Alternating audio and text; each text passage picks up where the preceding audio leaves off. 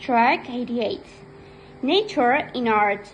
Many artists include drawings of nature in their work, but the results can be very different. Here are four of the most famous.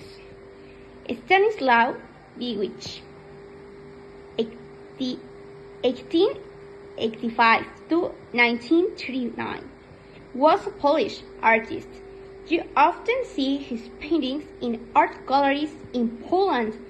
Many people like Dziwisz paintings of people's faces, but I prefer his paintings of nature and landscapes.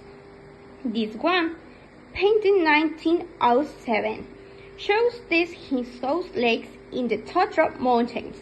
I like these paintings because of the green fields and blue water.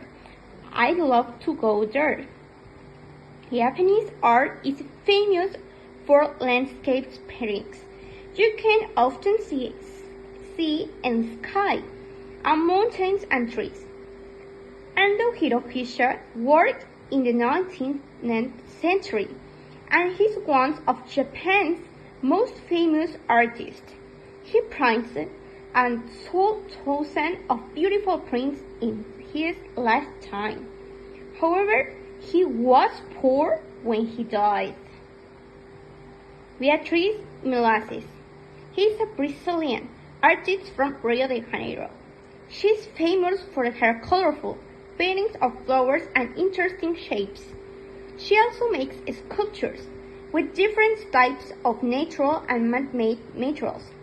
Personally, I like her work, so I prefer her paintings.